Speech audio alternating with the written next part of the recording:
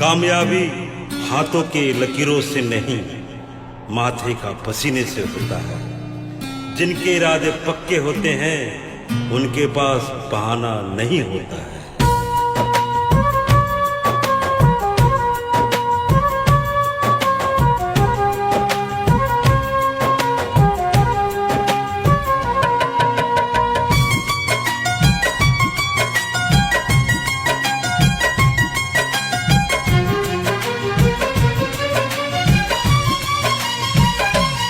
कर खुद पे भरोसा, काम किए जा। कर खुद